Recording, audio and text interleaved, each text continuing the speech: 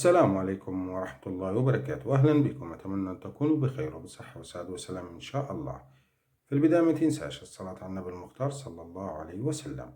لو كنت من عشاق الدوري الجزائري يا ريت تدعمنا بلايك وتشترك في القناة وتفعل زر الجرس ليصلك كل جديد. هنتعرف على موعد مباراة اتحاد خنشلة واتحاد بسكرة القادمة في الجولة ال11 من ضمن منافسات الدوري الجزائري المحترفين 2022-2023 والتوقيت والقنوات الناقلة والترتيب. تقام المباراة يوم السبت الموافق 12 نوفمبر 12/11/2022 وتنقل المباراة على قناة الجزائرية الرياضية.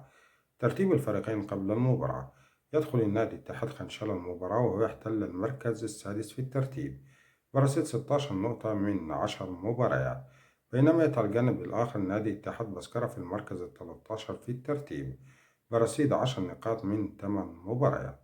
وتنطلق صافرة البداية في تمام الساعة 3 بتوقيت الجزائر وتونس والمغرب، والرابعة بتوقيت مصر والسودان وليبيا، والخامسة بتوقيت العراق والسعودية والكويت والبحرين وقطر والأردن ولبنان وسوريا واليمن وفلسطين، والسادسة بتوقيت الإمارات وعمان.